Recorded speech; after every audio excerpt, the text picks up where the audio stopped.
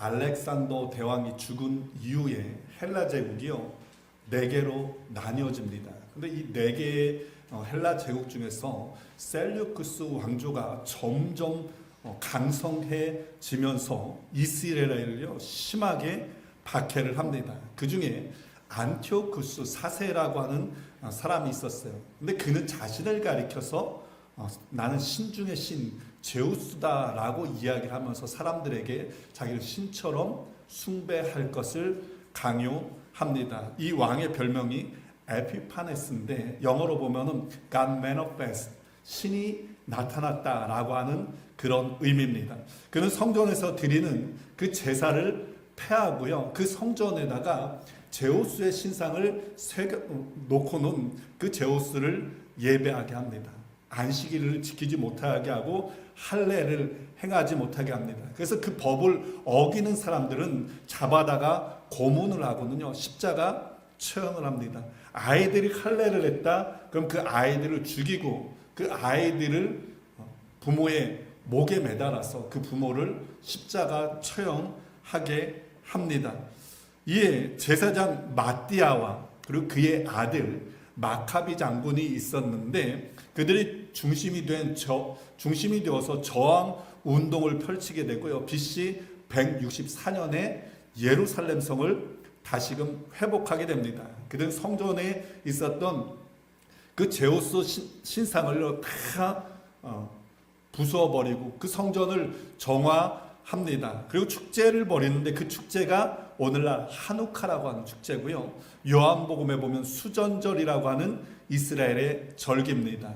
당시에 마카비 장군이 예루살렘 성을 들어올 때요 수많은 사람들이 나가서 외쳤습니다. 종려나무를 꺾고서요 외쳤던 거예요. 마카비 장군 만세, 마카비 장군 만세. 오늘 본문에도 보니까 종려나무를 흔들고 있는 사람들이 있었습니다. 그 옛날에 마카비 장군을 향해서 종려나무를 흔들었던 것과 마찬가지로 수많은 사람들이요 예루살렘 성으로 들어오시는 그 예수님을 향해서 종려나무 가지를 흔들었습니다. 그들은 길에다가요 자신의 겉옷을 펼쳐서 예수님이 그것을 밟고 지나가게 하셨습니다. 자기의 겉옷을 길 위에 깔았다라고 하는 것은 자기의 모든 것을 내놓았음을 의미하고 있는 겁니다. 그들은 성으로 입성하는 예수님을 향해서 종려나무 가지를 흔들면서 이렇게 외칩니다. 호산나 다윗의 자손이여 찬송하리로다. 여러분 호산나라고 하는 말은 우리를 구원해 주소서라고 하는 의미입니다. 그러면서 그들은 이렇게 고백합니다. 주의 이름으로 오시는 이 곧 이스라엘의 왕이시여 라고 이야기를 하는 거예요. 그러니까 그들은 예수님이 이스라엘의 왕입니다. 당신이 이스라엘의 왕입니다. 우리의 주인입니다. 우리를 구원해 주소서 라고 고백하였던 거예요. 마태복음의 저자 마태는요 이 예수님을 가리켜서 다윗의 자손이라고 고백하고 있습니다. 근데 유대인들에게 있어서 이 다윗의 자손이라고 하는 것은 메시아, 구원자라고 하는 의미입니다. 근데 당시에요 이 호칭은 굉장히 위험한 아주 금지어와 같은 단어 중에 하나였습니다. 당시에 이스라엘의 왕이 헤롯이었어요. 그런데 사람들이 주님께 뭐라고 하는 거예요? 당신이 우리의 왕입니다. 당신이 우리의 구세주입니다. 라고 하는 말은요 굉장히 도전적인 말입니다. 혁명적인 말입니다. 헤롯을 완전히 미치게 하는 말입니다. 예수님께서 태어났을 때 동방박사들이요 예루살렘 궁으로 찾아가서 이렇게 질문을 하죠. 이스라엘 왕이 어디에 있습니까? 그 말에 헤롯이 분노해가지고 어떻게 합니까? 2살 이하의 산의 아이들은요 모두 다 몰살을 하게 됩니다. 사실 예수님께서 입성하실 때요 그 왕이었던 헤롯은 예수님이 태어났을 때 그 헤롯 대왕은 아닙니다. 그 아들 헤롯 아켈라오스라고 하는 왕입니다. 근데 그 아들도요 굉장히 포악했던 왕입니다. 그래서 이스라엘의 유대인들을 3,000명이나 한꺼번에 죽일 정도로 굉장히 포악했던 왕입니다. 그런 헤롯이 유대인의 왕으로 있는 상황에서 백성들이 나귀를 타고 예루살렘으로 입성하는 그 예수님을 향해서 당신이 이스라엘의 왕입니다. 당신이 우리의 주인입니다. 우리를 구원해 주소서라고 외치는 것은요, 분명히 반란과 같은 아주 위험스러운 말이었습니다. 요한은 나귀를 타고서 입성하시는 그 예수님을 바라보면서 주님을 환호하는 그 백성들을 보면서 스가랴 선지자의 말을 인용합니다. 이는 기록된 바 시온 딸아 두려워하지 말라. 보라 너의 왕이 나귀 새끼를 타고 오신다 함과 같더라. 근데 원래 스가랴 선지자가 했던 말은요, 이렇습니다. 시온에 따라 두려워하지 말라가 아니라 시온에 따라 기뻐할지어다. 근데 지금 요한은요, 스가랴 선지자가 했던 그 말 그대로가 아니라 시온에 따라 두려워하지 말라라고 이야기를 하고 있습니다. 요한이 왜 이처럼 이야기를 하고 있는 것일까요? 당시 유대 종교 지도자들과 로마 정부의 눈에 골칫거리로 여겨진 예수 그리스도를 따르는 그 일이요, 굉장히 두려운 일이었기 때문입니다. 위험한 일이 없기 때문입니다. 근데 사람들은요, 그 위험을 벗어버리고 두려움을 벗어버리고요, 길가로 나아가지고 종려나무를 흔들고서 호산나 다윗의 자손이요 라고 외쳤던 겁니다. 그들이 그렇게 외칠 수 있었던 그 이유는요, 불과 며칠 전에 예수님께서요, 죽은 나사로, 죽은 지 3일이나 돼서 냄새가 풍풍 풍겨나는 그 나사로를 살려내는 그것을 보았기 때문입니다. 그래서 그들, 이분이 바로 하나님의 아들이시구나, 이분이 바로 메시아구나 라고 생각하고서는 두려움을 떨쳐버리고 밖으로 나와서 외쳤던 겁니다. 호산나 다윗의 자손이여, 당신이 우리의 왕입니다. 당신만이 우리의 소망입니다. 우리를 구원해 주소서. 근데 여러분, 혹시 이런 이야기를 들어보셨습니까? 주님께서 예루살렘으로 입성하시는 그 시간대에요, 그 반대편에는 또 다른 행렬이 하나 있었습니다. 동문에서 주님께서 나귀 새끼를 타고 예루살렘으로 들어가실 때 서쪽 문에서는요, 로마 군대의 행렬이 있었습니다.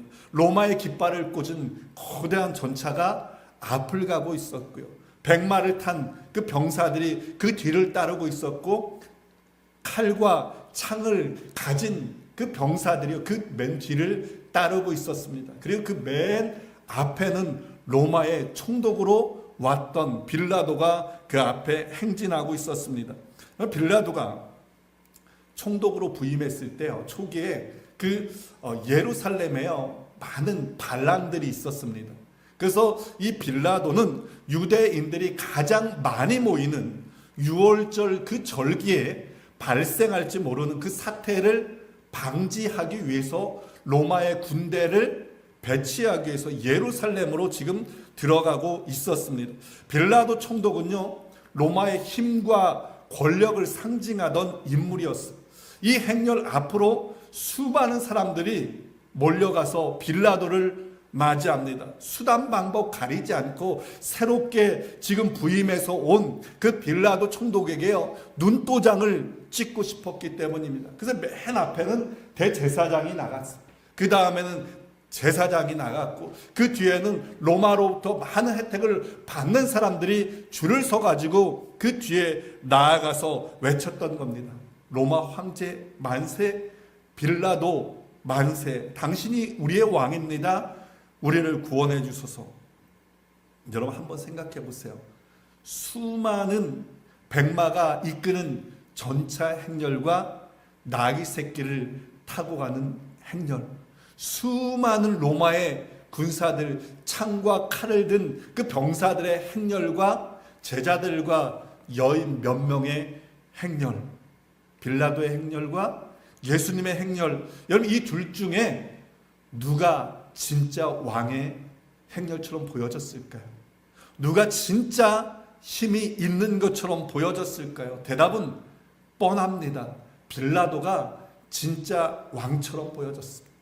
빌라도가 더욱더 힘과 권세가 있는 것처럼 보여졌을 겁니다. 빌라도도 스스로 그렇게 생각합니다. 그래서 빌라도도 이렇게 이야기를 합니다. 내가 너를 놓을 권한도 있고 십자가에 못 박을 권한도 있는 줄 알지 못하느냐. 누가 보아도 한눈에 알아볼 수 있는 상황 속에서 초라한 나귀 새끼를 타고 오시는 예수님께 나아가서 목소리 높여서 호산나라고 외치는 일은 여러분 대단한 용기입니다.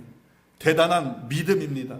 이 사실을 그 누구도 부인할 수 없을 것입니다. 그렇다면 여러분 저와 여러분들이 그 시대 그 상황 속에 있었다면 과연 우리들은 어디에 서 있었을까요? 동문에 서 있는 사람일까요? 서문에 서 있는 사람일까요? 나귀를 타고 오시는 그 예수님을 따르는 무리 속에 여러분 우리가 서 있었을까요? 아니면은 놓을 권세도 있고 죽일 권세도 있는 그 화려해 보이는 빌라도 총독의 그 행렬 앞에 서 있었을까요?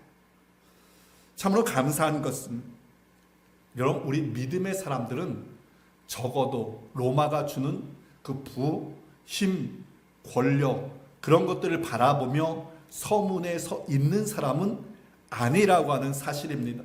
저와 여러분들은 주님을 나의 구세주로 고백하는 사람들입니다. 그렇게 만약 우리가 그 시간 그 자리에 있었다면 우리도 호산나 외치는 그 무리 속에 있었을 것입니다. 아마 우리도 겉옷을 벗고 목소리를 높여서 호산나 다윗의 자손이여 당신이 우리의 왕입니다라고 고백했을 겁니다. 근데 말씀을 준비하면서 깨닫는 것이 하나 있었습니다. 동문에 서 있느냐 서문에 서 있느냐 그것보다 더 중요한 질문이 있더라고요. 무엇 때문에 그곳에 서 있느냐입니다. 오늘 우리말로 이야기하면 예배당에 나와 있느냐 그렇지 않느냐 이것보다 더 중요한 질문이 있다 이 말입니다. 무엇 때문에 우리가 예배당에 나와 있느냐 이 말입니다. 예수님을 반겨 맞은 사람들은 호산나 당신이 우리의 왕입니다 고백했습니다. 근데 여러분 우리가 다 알다시피요 그들이 주님으로부터 원했던 것은 자신들을 로마의 속박에서 해방시켜줄 정치적인 메시아를 원했던 겁니다. 그들은 죽은 나사로를 살리신 주님을 보고는요 죽은 자를 살리신 이가 못할 일이 없다고 믿었기에 당신이면 충분합니다. 당신이 우리의 왕입니다라고 고백했던 겁니다. 요한은 그들이 주님을 잘못 알았음을 이렇게 밝히고 있습니다. 이에 무리가 예수를 맞으면 이 표적 행함을 들었음이라. 비록 그들이 주님을 이스라엘의 왕으로 고백했지만서도 그들의 외침은 잘못이었다라고 요한은 이야기를 하고 있습니다. 왜요? 그들의 외침에는 십자가가 빠져 있었기 때문입니다. 십자가가 없었기 때문에 그들은 당신이 우리의 왕입니다라고 외쳤지만서도 후에는 돌아가서는 예수 그리스도를 십자가에 못 박으소서 우리에게 가이사 외에는 왕이 없습니다라고 외칠 수밖에 없었던 거예요. 십자가가 중심이 되지 않은 신앙은 결국 무너질 수밖에 없음을 우리들에게 말하고 있는 겁니다. 주님을 잘못 알기로는요 제자들도 마찬가지였어요. 제자들은 끊임없이 주님을 따른다라고 이야기하면서도요 끊임없이 천국에서 누가 더 높은가 그것만 싸웠습니다. 심지어 그들은 예수님이 십자가를 지기 위해서 예루살렘으로 올라가는 그 순간에도요 나는 예수님이 왕이 되면은 예수님 오른쪽에 앉겠습니다. 나는 왼쪽에 앉겠습니다 라고 하면서 다투었던 것을 보게 됩니다. 요한은 자신을 포함한 제자들의 그 무지함을요 이렇게 이야기를 하고 있습니다.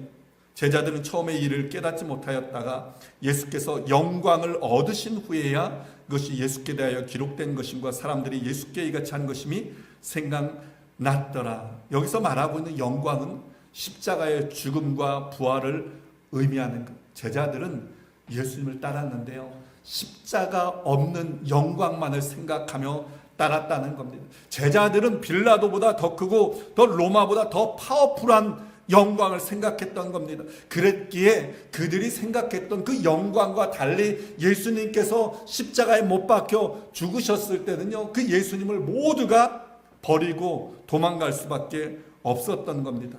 여러분, 오늘 저와 여러분들은 주님을 우리의 왕으로 고백하는 사람들입니다. 그런데 혹시 우리가 주님을 나의 왕으로 고백하고 있는 그 이유가 동문에 서 있었던 그 사람들처럼 여러분 잘못된 마음으로 우리가 예수님 앞에 나와 구하고 있는 것은 없는지 나를 점검해 볼 수 있었으면 좋겠습니다.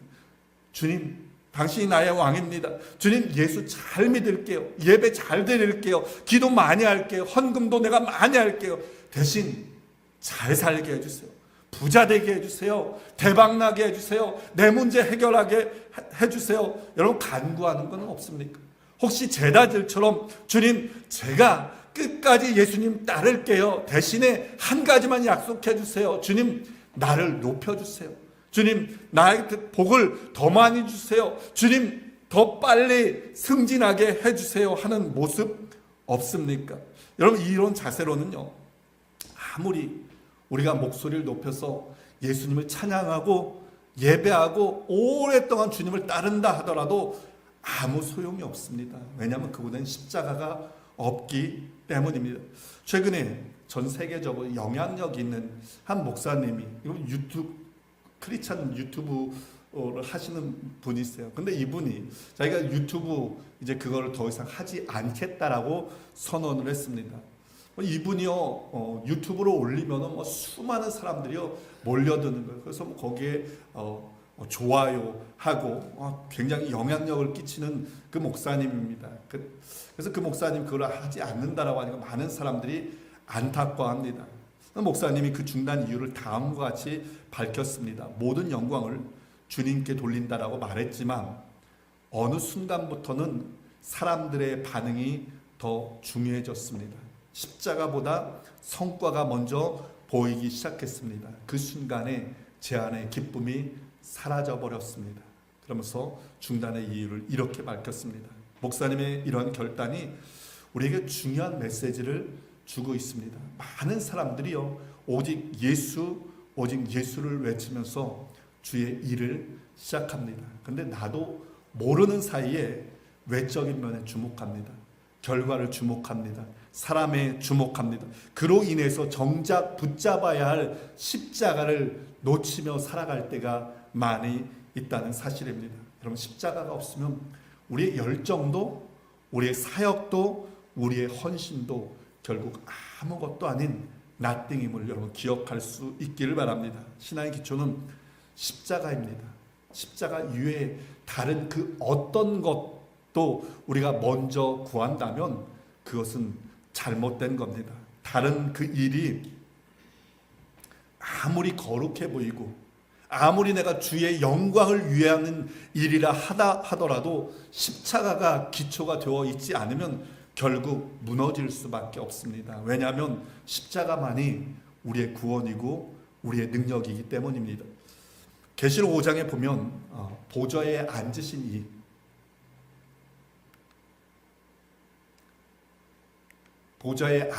이가 두루마리를 갖고 있는 한 장면이 나옵니다. 이 두루마리를 펼치면 세상에 심판이 이루어지는 거예요. 그리고 그 심판 뒤에는 새 하늘과 새 땅이 펼쳐지는 겁니다. 그런데 이 두루마리를 펼칠 존재가요, 아무도 없는 거예요.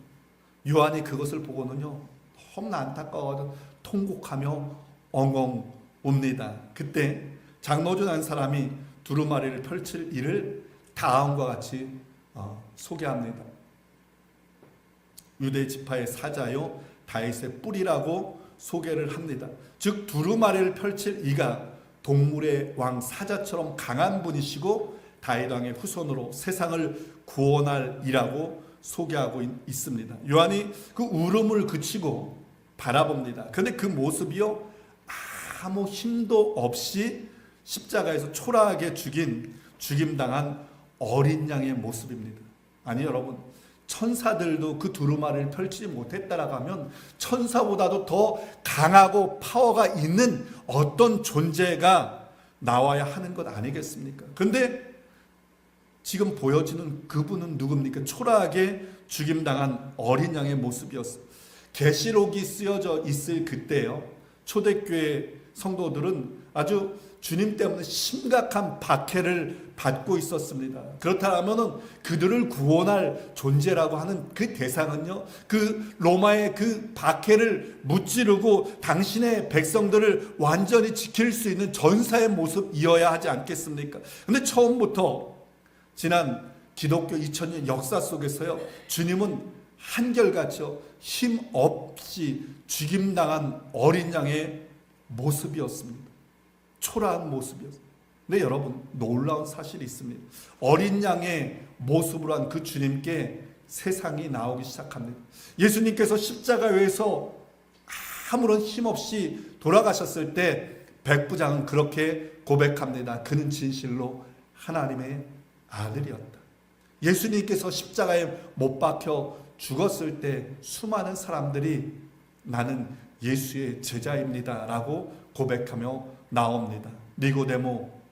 니고데모가 난 예수님의 제자임을 고백합니다. 아리마대 요셉이 내가 예수님의 제자임을 고백하며 나옵니다. 죽임당한 어린 양 앞에 사도 바울이 꼬꾸라집니다. 그리고 지금도 세상이 죽임당한 그 어린 양 앞에 계속적으로 나오고 있습니다. 사랑하는 성도 여러분, 오늘 여러분들은 무엇 때문에 주님을 따르고 있습니까? 혹 동문에 서 있던 사람들처럼 손에 종려나무 가지는 가졌는데 우리의 마음에는 십자가가 없지는 않은지, 십자가 없는 것은 아닌지 나를 점검해 볼 수 있었으면 좋겠습니다. 혹 제자들처럼 헛된 세상 영광을 구하면서 주님을 따라가고 있는 것 없는지 여러분 나를 돌아볼 수 있었으면 좋겠습니다. 하늘의 미랄처럼 죽으심을 통해서 세상을 구원하신 그분이 우리의 주님입니다. 그 십자가의 은혜와 사랑이 세상을 구원하는 능력이며 우리의 가장 먼저 붙잡아야 할 하나님의 능력임을 여러분 믿으시길 간절히 축원을 드립니다. 호산나 외치며 다른 사람들을 보면서 바리새인들이 이렇게 이야기를 합니다. 바리새인들이 서로 말하되 볼지어다 너희 하는 일이 쓸데없다 보라 온 세상이 그를 따르는도다. 당시 종교 지도자들은요 어떻게 해서든지 예수님의 그 사역을 막으려고 했습니다. 나사로를 살리셨을 때요 예수님을 죽이려고 합니다. 왜냐하면 수많은 사람들이 예수님을 따라갔기 때문입니다. 근데 수많은 사람들이 예수님을 왕이라고 부르며 따르는 것을 보고서는 그들이 낙심하면서 이렇게 이야기했던 겁니다. 이제 다 틀렸어. 세상 모든 사람들이 예수를 따르고 있어. 근데 여러분 온 세상이 그를 따른다라고 하는 이 표현은 사실은 과장법입니다. 당시 예수님을 따르던 사람들은요 갈릴리에서부터 쫓아왔던 여인들 몇 명, 그리고 예수님의 제자들 몇 명, 그리고 예루살렘에서 나사로가 살아난 것을 지켜보았던 무리들 정도가 예수님을 따르고 있었기 때문입니다. 그런데 요한이요 요한복음을 쓰고 있는 이 시점, 그러니까 예수님이 십자가에 못 박혀 죽으시고 한 50년 정도 지난 그 시점에 요한은요 온 세상이 예수님을 따른다라고 했던 그 바리새인의 그 말이요 실제로 성취되어 가는 것을요 그는 바라보면서 지금 이렇게 말하고 있는 겁니다. 당시 복음은 예루살렘과 유대와 사마리아를 넘어서서 소아시아, 그리스, 로마, 이집트, 유프라테스 그 너머까지 퍼져나가고 있었기 때문입니다. 그리고 오늘날 세상의 3분의 1이 넘는 인구 23억이 예수 그리스도를 나의 구세주로 고백하며 따르고 있습니다. 더 놀라운 사실이 있습니다. 계시록에 이런 말씀이 있습니다. 이 일 후에 내가 보니 각 나라와 족속과 백성과 방언에서 아무라도 능히 셀 수 없는 큰 무리가 흰 옷을 입고 손에 종려나무 가지를 들고 보좌 앞과 어린 양 앞에 서서 큰 소리로 외쳐 이르되 구원하심이 보좌에 앉으신 우리 하나님과 어린 양에게 있도다. 이 말씀은 최후의 심판에 관한 말씀입니다. 요한은 환상 중에요 구원받아서 천국잔치에 참석하는 사람들을 보는데 그 수가요 수없이 너무 많아서 셀 수 없다라고 이야기합니다. 그 사람들이요 하나님을 찬송하고 있는 것을 본다라고 이야기를 해요. 근데 그들의 손에 무엇이 들려 있습니까? 종려나무가 들려 있었습니다. 마지막 날에 온 세상이 종려나무를 흔들면서 고백한다는 거예요. 주님만이 우리의 왕입니다. 십자가에 죽임당한 그 어린 양이 우리의 왕입니다. 고백한다는 겁니다. 여러분, 이것이 바로 십자가의 능력입니다. 죽임당한 어린 양같이요, 초라하고 힘없어 보이는 십자가가 온 세상을 그리스도에게 인도하는 하나님의 능력임을 여러분 기억하시길 바랍니다. 신앙생활하면서 십자가의 능력이 보이지 않을 때가 있습니다. 십자가가 약해 보이고 십자가를 붙잡는 일이 어리석어 보일 때가 있습니다. 십자가 대신에 세상의 지혜를 붙잡고 세상의 방법을 붙잡고 나아가는 사람들이 더 높아지고 성공하는 것처럼 보여질 수 있습니다. 그러나 여러분 기억하시기 바랍니다. 십자가를 끝까지 붙잡고 나아가는 자들만이 승리자고 그런 자들이 영광스러운 천국잔치에 앉게 될 것을 여러분 기억하시길 바랍니다. 생전에 전 세계를 바꾼 혁명가, 혁신가로 불리는 스티브 잡스, 여러분 너무나 잘 알죠. 죽음을 앞둔 시점에 그가 이런 고백을 합니다. 나는 비즈니스 세상에서 성공의 끝을 보았습니다. 타인의 눈에 내 인생은 성공의 상징입니다. 그렇게 말했던 그가 결국 다음과 같이 죽음 앞에서 바로 직전에 이렇게 이야기합니다. 내가 이룬 모든 부와 명성도 다가오는 죽음 앞에는 아무 의미가 없습니다. 인생에서 가장 중요한 것은 진정한 관계였다는 것을 이제야 깨닫게 됩니다. 여러분 맞습니다.